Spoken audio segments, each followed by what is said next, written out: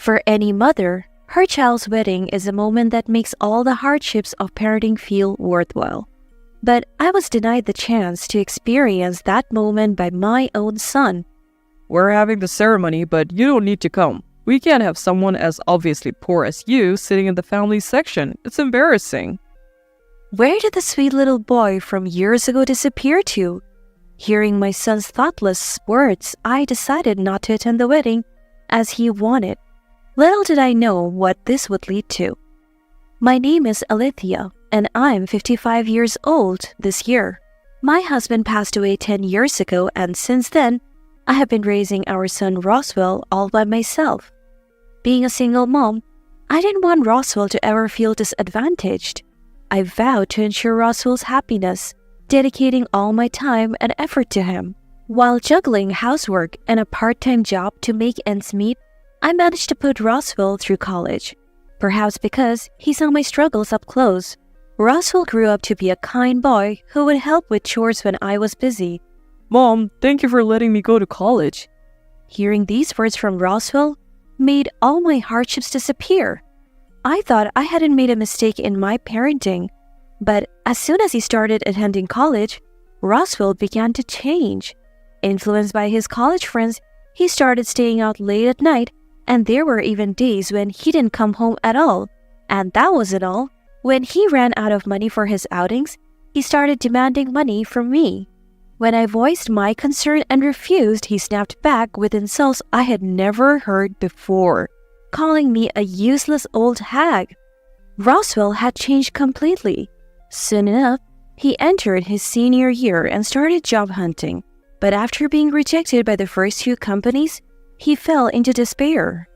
Even when I encouraged him to keep trying at other companies, he would shout back, "What's the point? No matter how hard I try, nobody's going to hire me."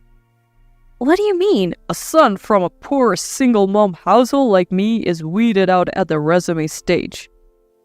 It seemed Roswell had been persuaded by his college buddies that he was rejected from the job because he was the son of a poor single mother.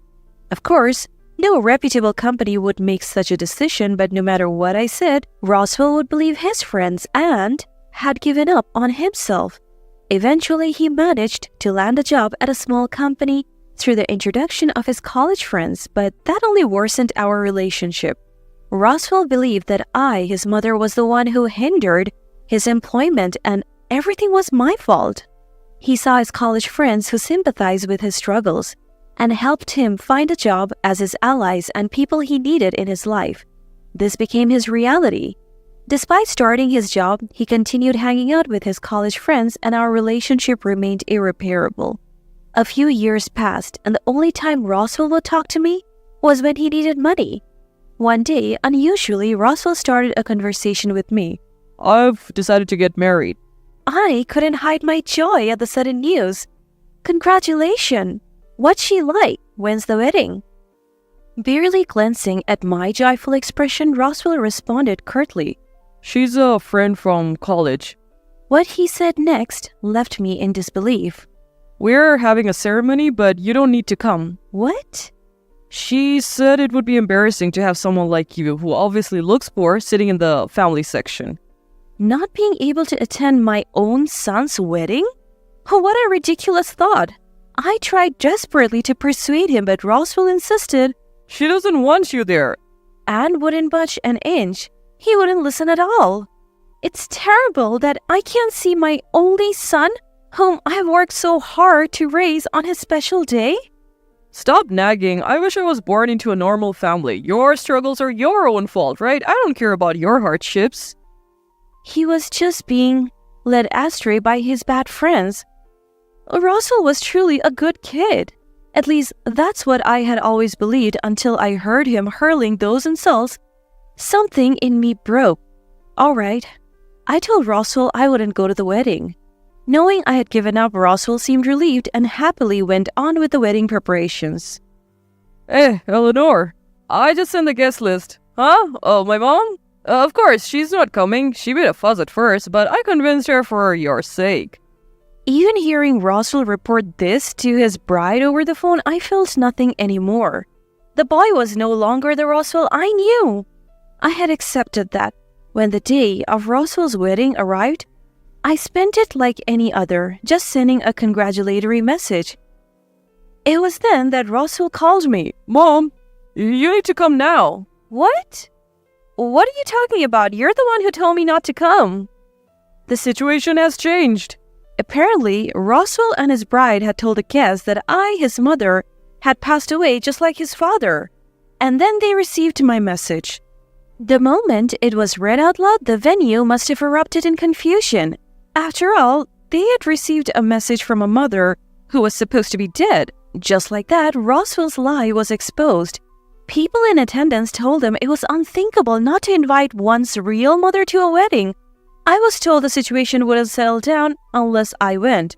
Mom, we need you there. I know it's a lot to ask, but if you still see me as your son, would you come and see me at my wedding? Roswell's words humbled at the end, stirring something in me.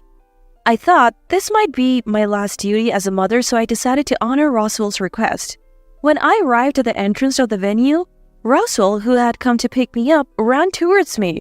Mom, you came. Thank you. It felt like a long time since I had heard Roswell's sincere voice. While Roswell seemed genuinely apologetic, his fiancée, Eleanor, looked displeased. Why did you send that message? Was it harassment? We had neatly squared away that my mother-in-law was dead, but you have ruined it. Eleanor seemed to believe that I was to blame for everything that had gone wrong. I was disappointed in Roswell's choice for a spouse, reflecting on his poor judgment. Easy, Eleanor. We were wrong to lie in the first place. Everyone at the ceremony should be satisfied now. Let's just get going. So now, even you, Roswell, are saying that my plan was wrong? If your mother hadn't sent out that message, nobody would have doubted that she was dead. Mother-in-law, please don't say anything unnecessary. Any embarrassing stories about hardships or poverty reflect poorly on me and Roswell. We invited you to the wedding reluctantly. But don't think this means we'll have a parent-child relationship from now on. After the wedding, please stay out of me and Roswell's life. Understand? Eleanor.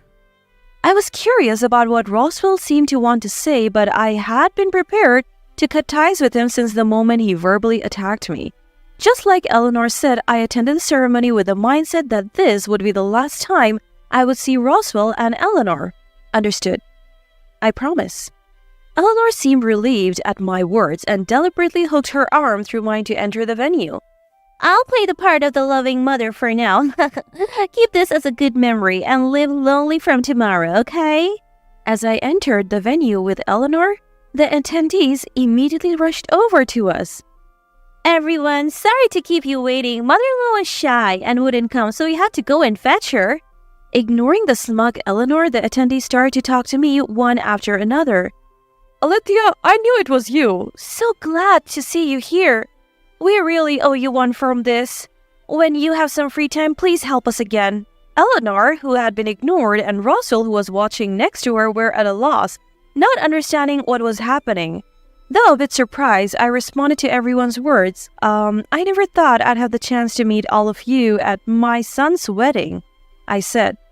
The guests at the ceremony were all senior executives from Eleanor's company, all of whom I have worked with in the past. Up until now, I hadn't told Roswell much about my work. Before retiring upon his marriage, I worked in the secretarial office of a well-known company. Due to my experience as a secretary there when my husband passed away and I was looking for part-time work, an executive from a major company that I had previously worked with asked me if I could work as a secretary again. I was offered a full-time contract, but I wanted to prioritize being Roswell's mother, so I requested a part-time contract in case anything happened to Roswell.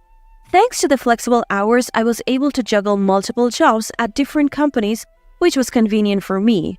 A secretary who can grasp all the tasks like Alethea is hard to come by. Having Alethea's support made our work so much easier. Roswell and Eleanor looked at the executives praising me with wide-eyed wonder. Mom, you're such an amazing person. Roswell murmured, looking at me with admiration. If Alethea's son is anything like her, he would be a great addition to our company. That's the son Alethea prioritized over work, and he had chosen Eleanor as his partner? We should give a pat on the back to whoever hired Eleanor. The conversation started turning towards Roswell and Eleanor. Eleanor, you applied to be assigned to the secretarial office, right? Even if it was before your marriage, did you greet Alethea? If you had observed Alethea closely, there must have been many things to learn, right? Yes, of course. My mother-in-law is wonderful, and I always admire her. Eleanor said, trying to get close to me. I gently pushed Eleanor away and told her, "But our mother-son relationship ends today." "What do you mean?" the executives asked with puzzled expressions. "Oh, what are you saying, mother-in-law?" Just what you told me earlier." I played back the recording I had secretly made of Eleanor's comments before entering the venue. "You're saying my plan went wrong? If you hadn't sent that message, no one would have suspected that you were dead, Mom. I'm telling you, mother-in-law, don't say anything unnecessary. Roswell and I are the ones who feel embarrassed when you tell your hard luck or poverty stories. We invited you to the wedding reluctantly. Don't expect us to build a parent-child relationship from now on. After the wedding, don't interfere with Roswell and me, understand? We'll pretend to be a happy family just for today. With your last good memories, you can live alone from tomorrow." The executives were speechless after hearing Eleanor's comments. "So, this is Eleanor's true nature. That's terrible. So Eleanor was the one who planned to pretend Alethea was dead?" "That's not true." No matter what Eleanor said now, it was too late. "I don't want you to call yourself an employee of our company, let alone work in the secretarial office." "I agree." Eleanor's parents rushed over as they heard the unusual commotion. "Eleanor!" The executive started laying into Eleanor's parents this time. "What kind of values have you been teaching your daughter? Did you know she would go as far as lying about the death of the very parents she owes so much to avoid inviting them?"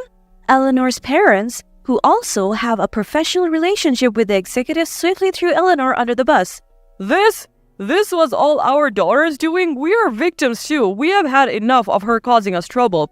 We have been thinking about cutting ties with her after this wedding." Eleanor was taken aback by her parents' sudden announcement. "Dad, you're abandoning me?"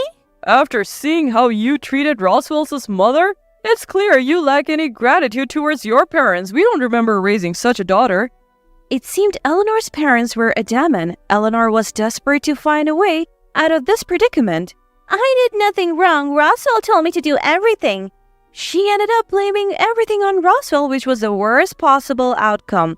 The decision to not invite me to the ceremony was initially made by Eleanor, not Roswell.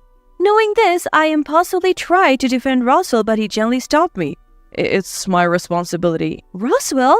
"Mom, it's okay. I should know better than anyone how hard you've worked. Yet I agreed not to invite you. That's a fact. I share the blame." His words conveyed sincerity.